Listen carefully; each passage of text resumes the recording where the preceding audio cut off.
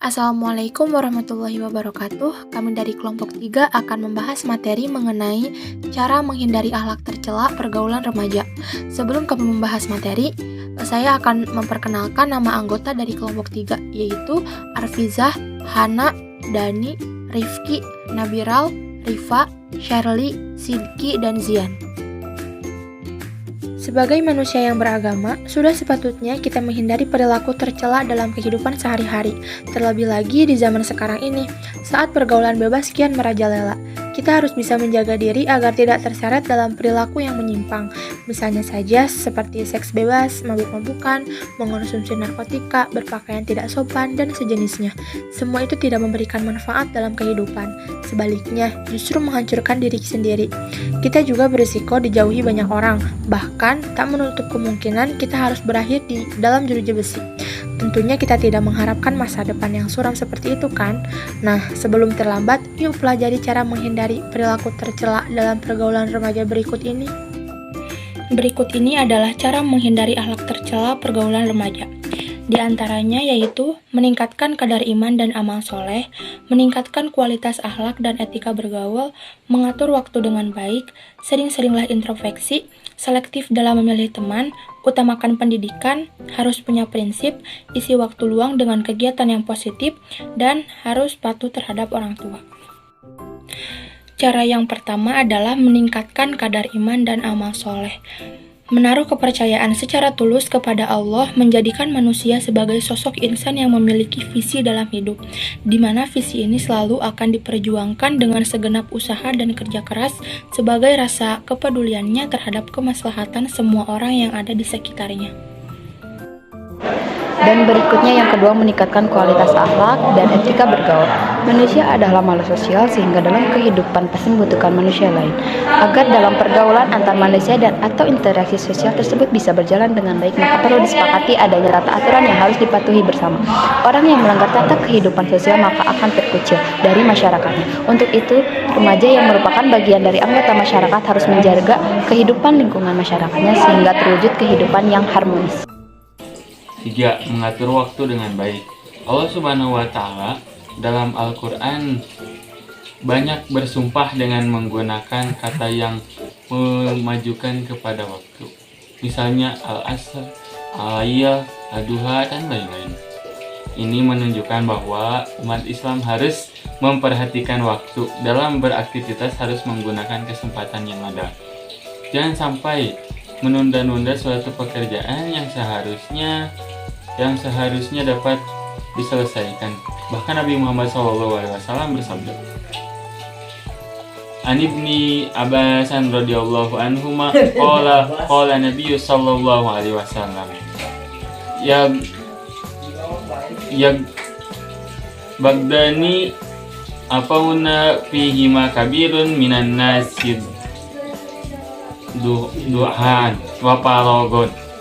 Artinya, dari Ibnu Abbas radhiyallahu anhuma, dia berkata, Nabi SAW bersabda, dua kenikmatan kebanyakan manusia tertipu pada keduanya, yaitu kesehatan dan waktu luang. Hadis riwayat Bukhari. Sering-seringlah introspeksi diri. Kebanyakan orang cenderung tidak sadar saat melakukan hal yang tercela. Mereka menganggap apa yang diperbuatnya itu benar, sehingga terus mengulanginya lagi sampai sikap tercela tersebut menjadi kebiasaan. Nah, kita janganlah menjadi orang yang demikian. Daripada kita sibuk menjudge orang lain, lebih baik introspeksi diri. Apakah selama ini sikap kita sudah benar? Apakah sesuai aturan agama? Atau jangan-jangan kita sering melakukan hal yang tidak bermoral? Coba sesekali luangkan waktu untuk memikirkan hal tersebut. Jika memang kita merasa banyak salah, maka segeralah bertaubat. Tak ada kata terlambat untuk berubah menjadi lebih baik.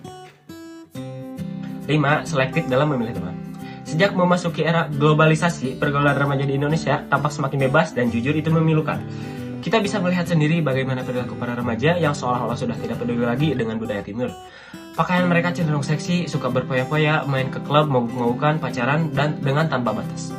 Jika kita tidak ingin terjerumus ke dalam perilaku tercela, maka kita harus pintar-pintar memilih teman, sebab lingkungan itu memberikan pengaruh besar terhadap buruk-buruknya seseorang.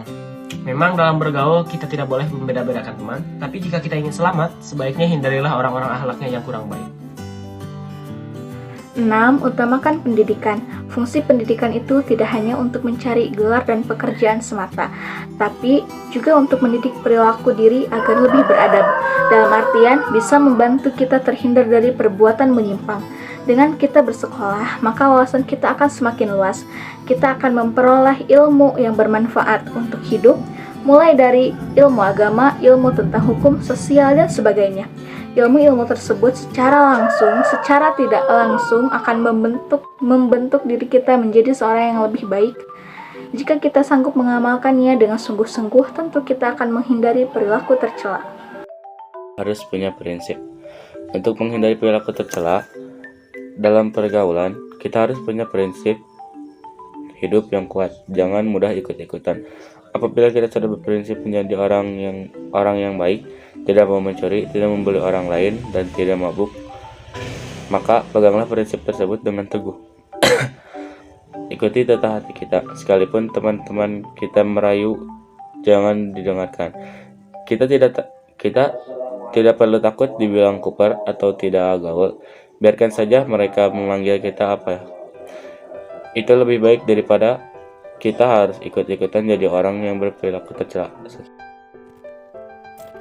8. Isi waktu luang dengan kegiatan yang positif. Daripada kita menghabiskan waktu untuk nongkrong gak jelas, ngerokok, atau mungkin juga mabuk-mabukan, lebih baik kita isi waktu luang dengan kegiatan yang positif. Aktivitas yang bisa memberikan manfaat dalam hidup kamu.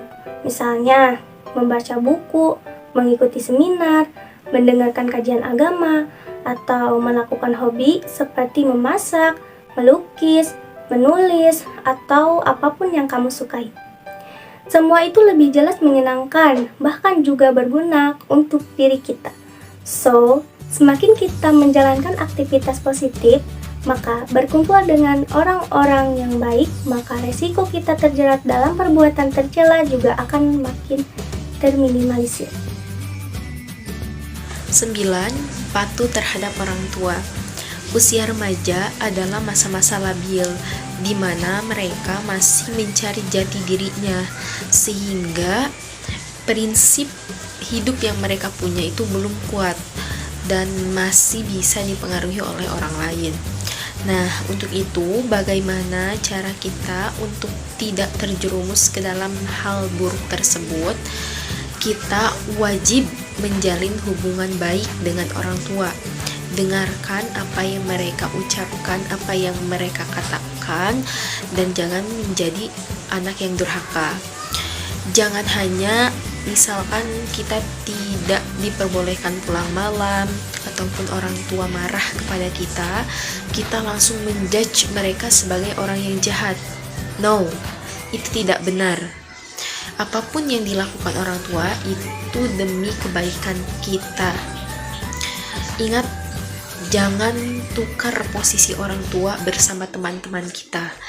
Teman kita mungkin masih bisa mengajak kita untuk berbuat tercela, tapi orang tua pastinya selalu melindungi kita. Islam mengajarkan umatnya untuk menghargai waktu dan kesempatan yang ada. Masa remaja adalah masa untuk mempersiapkan diri demi masa depan dirinya, masyarakat, negara, dan juga bangsa.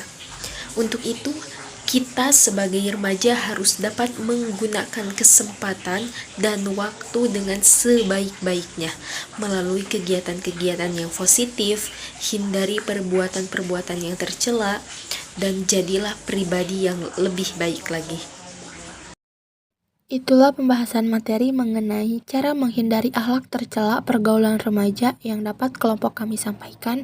Terima kasih. Wassalamualaikum warahmatullahi wabarakatuh.